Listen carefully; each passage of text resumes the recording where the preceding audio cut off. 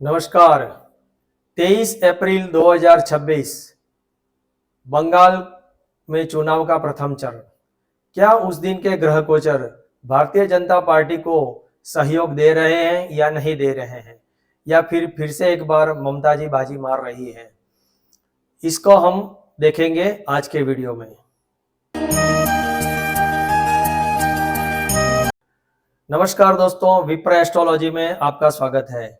आज हम चर्चा करेंगे कि 23 अप्रैल 2026 को जो बंगाल का चुनाव है प्रथम चरण का, उसमें भारतीय जनता पार्टी को कितनी बढ़त मिल रही है, या जनता का सहयोग मिल रहा है या नहीं मिल रहा है।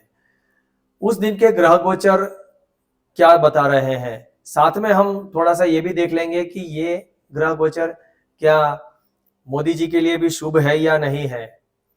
तो सबसे पहले बीजेपी की कुंडली आप सबके सामने यहाँ पर आप देख सकते हैं। मिथुन लग्न की कुंडली है, दशम भाव में मीन राशि में सूर्य है और बाकी प्लेनेट आप देख सकते हैं। खास करके सिंह राशि में 4 प्लेनेट इकट्ठा हो गए हैं, राहु, मंगल, गुरु और शनि।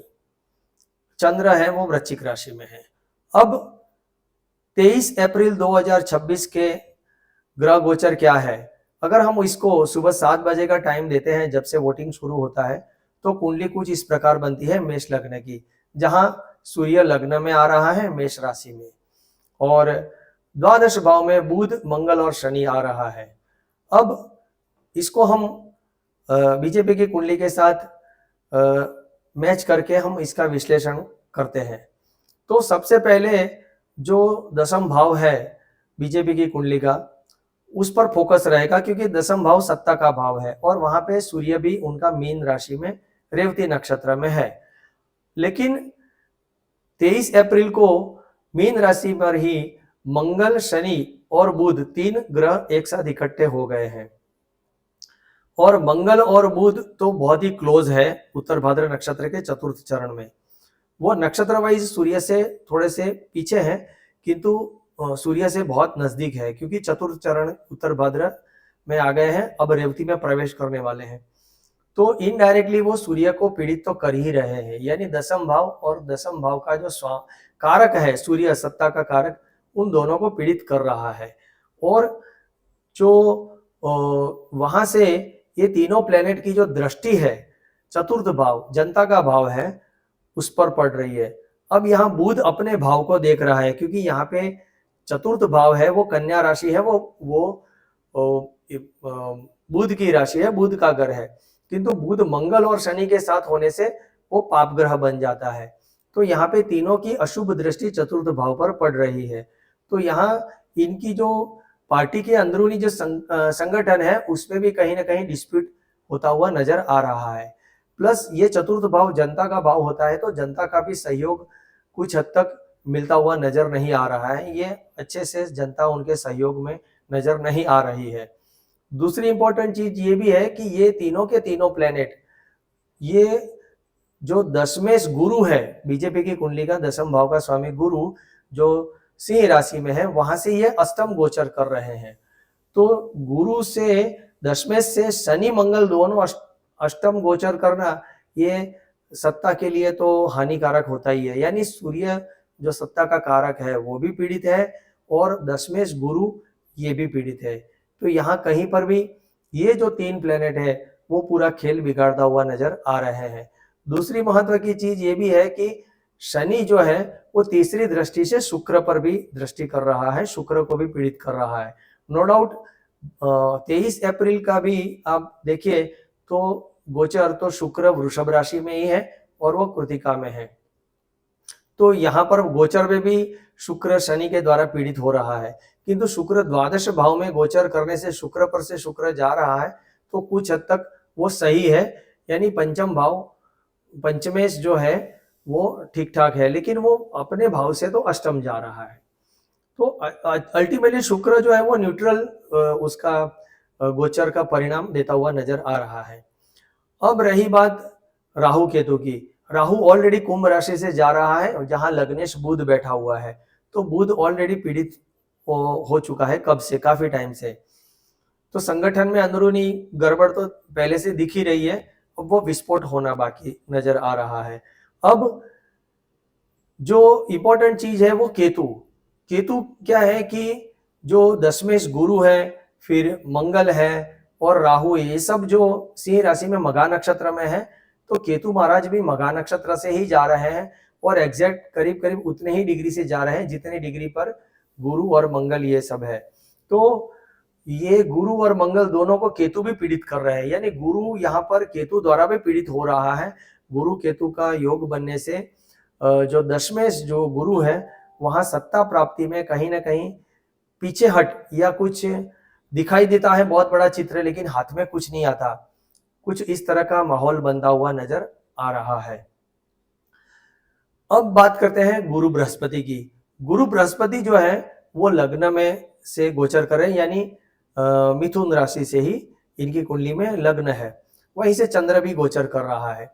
तो चंद्र और गुरु का गोचर तो थोड़ा बहुत सहयोग कारक है, सपोर्टिव है, किंतु अगर हम गौर से देखें तो जो कुंडली का बीजेपी की कुंडली का जो सूर्य और चंद्र है, सूर्य और चंद्र दोनों सत्ता का कारक माने जाते हैं, क्योंकि चंद्र जो है वो भी रानी है, सूर्य राजा है तो चंद्र रानी है। तो यहाँ गौर करने वाली बात यह भी है कि जो गुरु बृहस्पति का गोचर है वो सूर्य से चतुर्थ है और चंद्र से अष्टम है, और गोचर का चंद्र भी अष्टम है चंद्र से।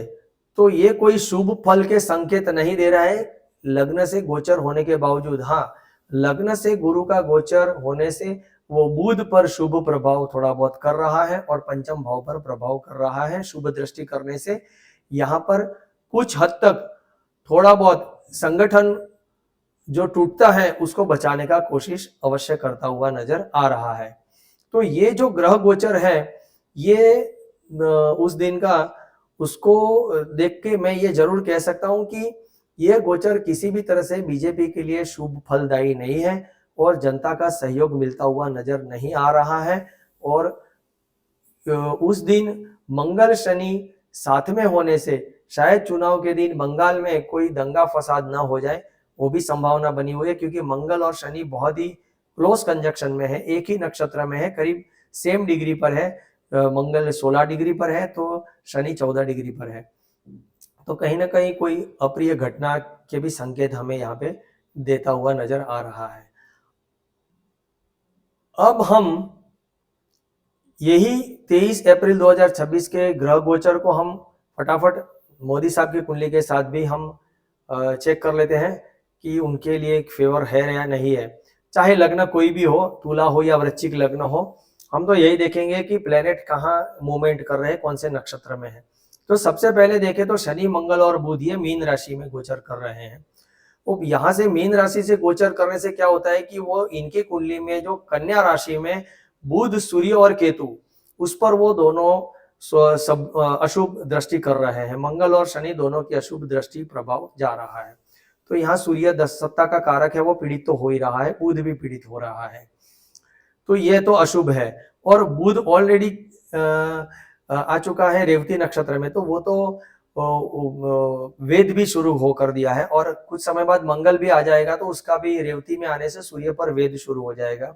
और इनकी कुंडली में तो जो ये उत्तरा फाल्गुनी नक्षत्र में ये सब प्लेनेट, और जो जन्म का शनि है वो भी उत्तरा फाल्गुनी में है, तो उस पर भी वेद शुरू हो जाएगा जो सिंह राशि में दिख रहा है वो, तो ये अशुभ है। और जो शुक्र है वहां से ये पूरे के पूरे प्लेनेट सब अष्टम जा रहा है, शनि से भी अष्टम है, तो ये ट्रांजिट उनके लिए कोई शुभ नजर नहीं आ रहा है। अगर सूर्य की बात करें तो सूर्य का गोचर मेष राशि में है, तो सूर्य से अष्टम जा रहा है। जन्म का सूर्य जो है इनका कन्या राशि में, वहां से सूर्य का गोचर अष्टम, सूर्य से सूर्य का अष्टम गोचर सत्ता के लिए ठीक नहीं होता, मानसिक तनाव, स्वास्थ्य बिगड़ना, ये सब घटनाएं बनती है। तो ये शुभ गोचर कहीं पर भी दिख नहीं रहा है, सूर्य और ज्यादा पीड़ित हो रहा है। और जो गुरु जो पुनर्वसु नक्षत्र में है वहां से ऑलरेडी सूर्य बुध वगैरह पर नक्षत्र लता भी पड़ रही है, वो मैं पहले भी चर्चा कर चुका हूँ। केवल नवम भाव से गुरु का गोचर होने से वो लग्न पर या गोचर का जो जन्म का गुरु है कुंभ राशि में, उस पर थोड़ा बहुत शुभ प्रभाव कर रहा है। किंतु यहाँ पे मिथुन में चंद्र और गुरु दोनों जाने से चंद्र से, इनकी जन्म के चंद्र से और मंगल से, दोनों से ये अष्टम है, तो ये भी अशुभ है। गुरु का गोचर भी ओवरऑल कोई ठीक नहीं नजर आ रहा है। और केतु जो है वो राहु जो है वो गुरु को के ऊपर से गोचर कर रहा है, गुरु को पीड़ित कर रहा है। और केतु सिंह राशि में गोचर करके शनि और शुक्र से टच करके जा रहा है। नो डाउट नक्षत्र वाइज वहां से निकल चुका है, किंतु राशि वाइज वहां से जाके वो अशुभ प्रभाव कर रहा है। और खास करके सूर्य से द्वादश भाव में है, सत्ता का कारक सूर्य है, वो द्वादश भाव से है, चंद्र मंगल से दशम है। और चंद्र मंगल से देखे तो राहु भी चतुर्थ जा रहा है। तो कहने का मतलब यह है कि ये मोदी जी के लिए भी कोई शुभ नहीं है। खास करके ये सूर्य जो है मेष का, वो तो बहुत ही अशुभ है। और ये मोदी जी के लिए भी ये सहयोग देता हुआ नजर नहीं आ रहा है। अगले वीडियो में हम आने वाले जो 29 तारीख का जो चुनाव का है विश्लेषण, उसकी भी चर्चा करेंगे और देखेंगे कि उस दिन के ग्रह गोचर क्या सपोर्ट कर रहे हैं बीजेपी को और मोदी जी को। तब तक मेरे साथ बने रहे, चैनल को सब्सक्राइब कर दीजिए, लाइक कर दीजिए, शेयर कर दीजिए। बहुत बहुत धन्यवाद। नमस्कार।